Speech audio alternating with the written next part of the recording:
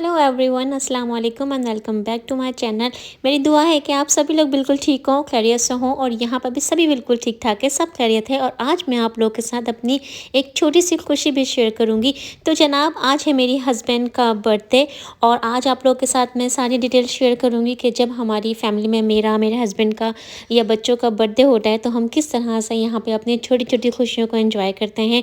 और मेरा मानना ये है कि इतनी छोटी सी, इतनी मुख्तसर सी ज़िंदगी में हमें जितने भी मौके मिलते हैं खुशियों को मनाने के, खुशियों को समेटने के, तो ये छोटी-छोटी सी खुशियाँ हमें समेटनी चाहिए, मनानी चाहिए।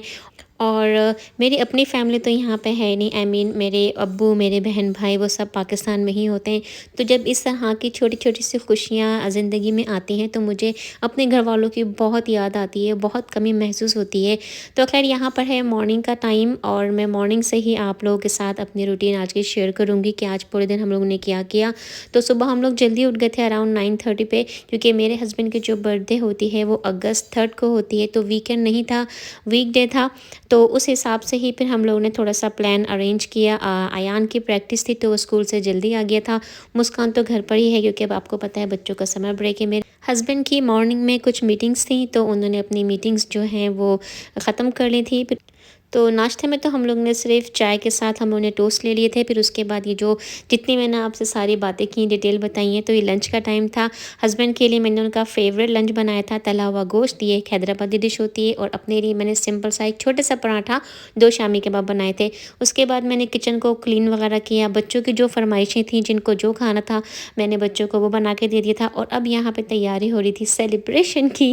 तो खैर सेलिब्रेशन तो खैर क्या होनी है, बस एक छोटी सी खुशी होती है जो हम इसी तरह से घर में मिलके मनाते हैं। तो उसके लिए मैं यहाँ पे तैयारी करी थी। अच्छा, पहले हमारा मूड हो रहा था कि हम लोग बारबी वॉच करने के लिए जाते हैं।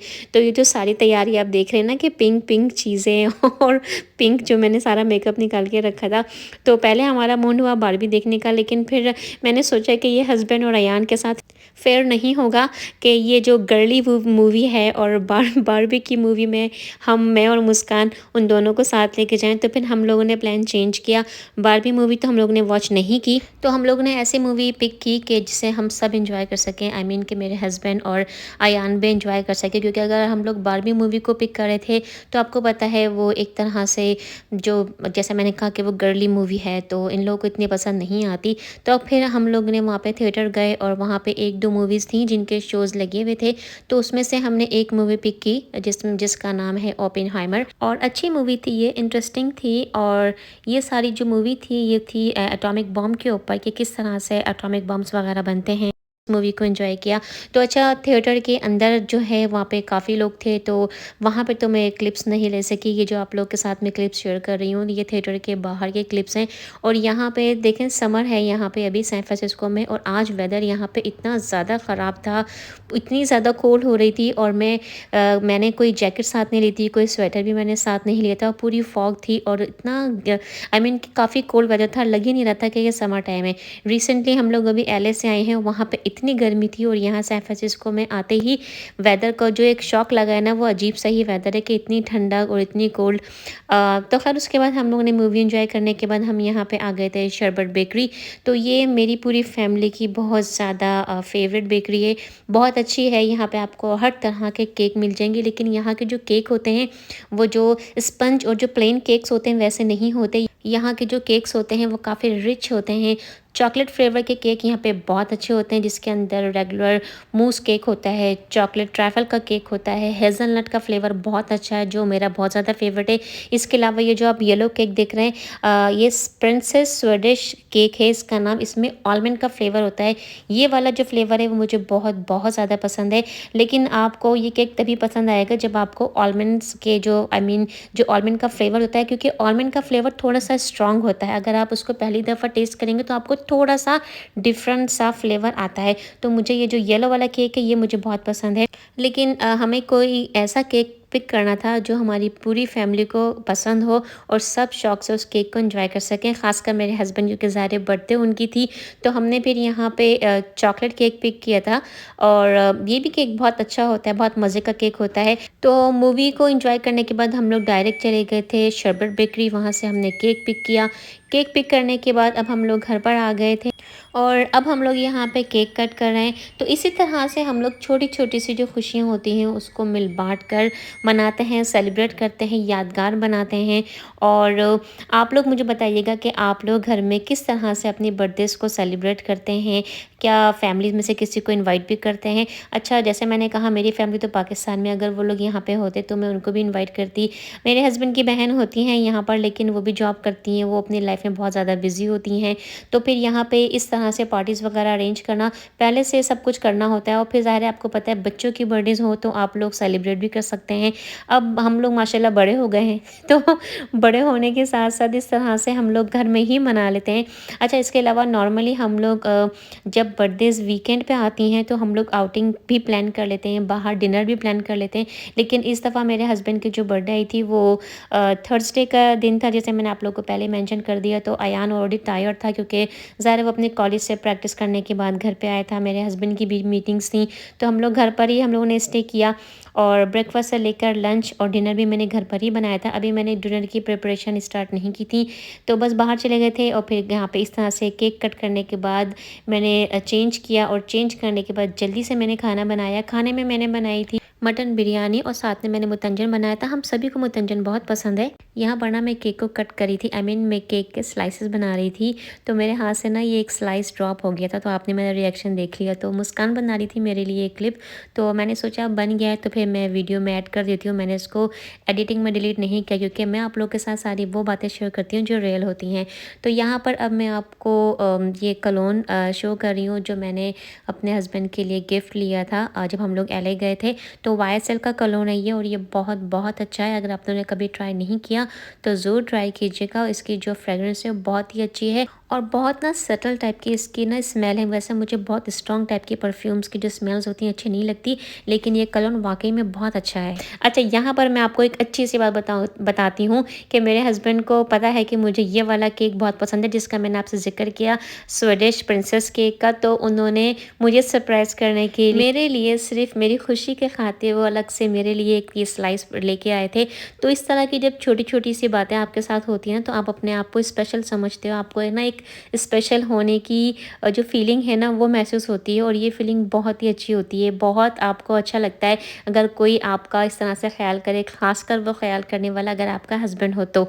तो ख़ैर यहाँ पर मैं आपको खाने के लुक दिखा रही हूँ, रेसिपी शेयर नहीं कर रही हूँ उस व्लॉग में, क्योंकि जनाब ये पूरा व्लॉग मैंने अपने हस्बैंड की बर्थडे सेलिब्रेशन का बनाया है। तो इंशाल्लाह अगर आप में से किसी को रेसिपी चाहिए होगी तो मुझे कमेंट कर दीजिएगा, मैं आप लोगों के साथ इंशाल्लाह रेसिपी शेयर कर दूँगी। लेकिन वैसे मैंने अपने व्लॉग में आई थिंक काफ़ी पहले मुतंजन की रेसिपी शायद आप लोगों के साथ शेयर की है, और कोई मसला नहीं है। लेकिन अगर आप में से किसी को भी चाहिए होगी मैं दोबारा भी शेयर कर दूँगी, या दोबारा बनाऊँगी तो भी आप लोग के साथ शेयर कर दूँगी। लेकिन आज मैं आप लोग के साथ रेसिपी कोई भी शेयर नहीं कर रही हूँ। तो जल्दी से केक को एंजॉय करने के बाद मैं यहाँ पे बना रही थी बीफ की बिरयानी, और मुतंजन मैंने बना लिया था। यहाँ पे साथ-साथ छोटी-छोटी से मैंने क्लिप्स लिए थे ताकि मैं आप लोग के साथ शेयर करूँ। अच्छा, असल बात जो मैं आप लोग को बताना चाह रही हूँ ना इस व्लॉग में वो ये है कि जब भी मैं इस तरह से घर में कुछ एक्स्ट्रा कुकिंग करती हूँ या ज़्यादा कुकिंग करती हूँ, मेरे पास काम ज़्यादा होता है, तो मैं हमेशा साथ-साथ किचन को ना क्लीन करती रहती हूँ। अब अभी आप लोग आगे व्लॉग में देखेंगे, जैसे मैंने सबसे पहले मुतंजन को मैंने रेडी कर लिया था, दम पे रखा था। फिर उसके बाद यहाँ पे मैं बिरयानी में रेडी करी थी, बिरयानी को दम पे जब मैंने रखा तो साथ-साथ मैं रायता बना रही थी। किचन का काउंटर में साथ-साथ क्लीन करती रहती हूँ, बर्तन भी मैं साथ-साथ वॉश करती रहती हूँ। तो इस तरह से ना बहुत सारा काम एक साथ जमा नहीं होता। तो देखें, जब मैंने जैसे बिरयानी की लेयरिंग की, जो प्रेशर कुकर था उसको मैंने वॉश करके रख दिया था। किचन काउंटर और जो चूल्हे का जो एरिया होता है वो मैं मोस्टली तो मैं नैपकिन जो है, जो किचन टॉवल होता है, वो मैं अपने साथ रखती हूँ, और जैसे-जैसे मैं कुकिंग कर रही होती हूँ उसी तरह से मैं किचन को साथ-साथ क्लीन करती जाती हूँ। अच्छा, रायता जो है वो मैं किसी भी मशीन में या ग्राइंडर वगैरह में नहीं बनाती हूँ। जो आपने हमाम दस्ता देखा था, मैं उसमें सारा हरा मसाला मतलब उसको हल्का सा क्रश कर लेती हूँ, कूट लेती हूँ और फिर दही में मिक्स कर देती हूँ। आप लोग भी इस तरह से रायता ज़रूर बनाइएगा। उसमें मैं और रायते में मैं सिर्फ हरी मिर्चें, हरा धनिया और एक लहसुन का 1 या 2 जवे मैं ऐड करती हूँ। तो इस तरह से जब आप हाथ से कूट के जब ये हरा मसाला बनाते हैं ना, या तो सिल पर बना लें या इमाम दस्ते में इस तरह से कूट लें, तो रायता बहुत मज़े का बनता है। फ्लेवर बिल्कुल अच्छा, आई मीन डिफरेंट फ्लेवर आता है, बहुत मज़े का फ्लेवर आता है। और इसके साथ साथ जो रायता का जो कलर होता है ना, वो कलर आपका ग्रीन ही रहेगा, वरना जो हरा मसाला हम लोग ग्राइंडर में पीस लेते हैं या किसी भी जूसर मशीन में हम लोग बनाते हैं, उसका जो हरा मसाले का जो कलर होता है ना, वो चेंज हो जाता है, थोड़ा डार्क ब्राउन सा शेड आ जाता है। लेकिन जो रायता हम इस तरह से हाथ से पीस कर बनाते हैं, उसका कलर भी चेंज नहीं होता, उसका फ्लेवर बहुत अच्छा रहता है, बहुत डिफरेंट फ्लेवर में होता है इस रायते का। और अगर आप उसको 1-2 दिन फ्रिज में भी रखेंगे तो भी आपके रायते का कलर चेंज नहीं होता। तो देखिए साथ साथ मैं बर्तन भी वॉश करती रहती हूँ, ड्राई भी हो जाते हैं और उनको उठा के इसी तरह से मैं कैबिनेट में रखती भी रहती हूँ। तो आप लोग भी आई एम श्योर कि इसी तरह से ही करते होंगे, क्योंकि यही एक तरीका जिसको फॉलो करने से किचन हमेशा क्लीन रहता है, बर्तन भी बहुत ज़्यादा जमा नहीं होते। तो यहाँ पे जो मुतंजन है जब वो रूम टेम्परेचर पे थोड़ा-सा आ गया था, आई मीन जब बहुत ज़्यादा गर्म नहीं था, तो उसके बाद मैंने इसमें खोया ऐड किया था। क्योंकि दम पे अगर हम खोया ऐड कर देंगे या गरम-गरम चावलों में हम खोया ऐड करेंगे, तो सारा जो खोया होता है वो भी सारा मेल्ट हो जाता है। तो मैं हमेशा यही करती हूँ, जब थोड़ा-सा रूम टेम्परेचर पे चावल आ जाते हैं मुतंजन के या ज़र्दे के, तभी मैं उसमें खोया ऐड करती हूँ। और यहाँ पे मज़ेदार सी मटन बिरयानी भी बिल्कुल रेडी हो चुकी है। तो बिरयानी तो बहुत ही मज़े की बनी थी, क्योंकि ज़ाहिर है जब आप खाना दिल से बनाते हैं, प्यार से बनाते हैं और खुशी-खुशी जब जो भी खाना बनाया जाता है, तो खाना बहुत मज़े का बनता है। मज़ेदार खाना बनाने का सिर्फ़ एक यही राज़ है कि आप खाने को दिल से बनाएँ और खुशी-खुशी बनाएँ। जो खाना हम बेदिली से बनाएँगे, वो खाना कभी भी अच्छा नहीं बनता। तो मैंने तो हमेशा यही बात नोटिस की है, जब कभी मेरा खाना बनाने का मूड नहीं होता या मेरी तबीयत ठीक नहीं होती, तो जब भी मैं खाना बनाती हूँ, चाहे वो कोई भी खाना हो, अच्छे से अच्छा मैं खाना क्यों ना बनाऊँ, लेकिन जब वो मैं खाना दिल से नहीं बनाती हूँ, प्यार से नहीं बनाती हूँ, तो वो खाना अच्छा नहीं बनता। तो अच्छा, मज़ेदार, लाजवाब खाना बनाने का यही राज़ है कि खाने को प्यार से बनाएँ और दिल से खाना बनाएँ, तो आपके सारे खाने बहुत ही मज़ेदार बनेंगे। तो यहाँ पे मुतंजन बिल्कुल रेडी हो चुका था। हमने पहले खाना खाया, खाना खाने के बाद मीठा भी एन्जॉय किया और बहुत मज़े का मुतंजन बना था। तो जनाब यहाँ पे फाइनल लुक भी मैं आप लोगों के साथ शेयर कर रही हूँ मुतंजन के।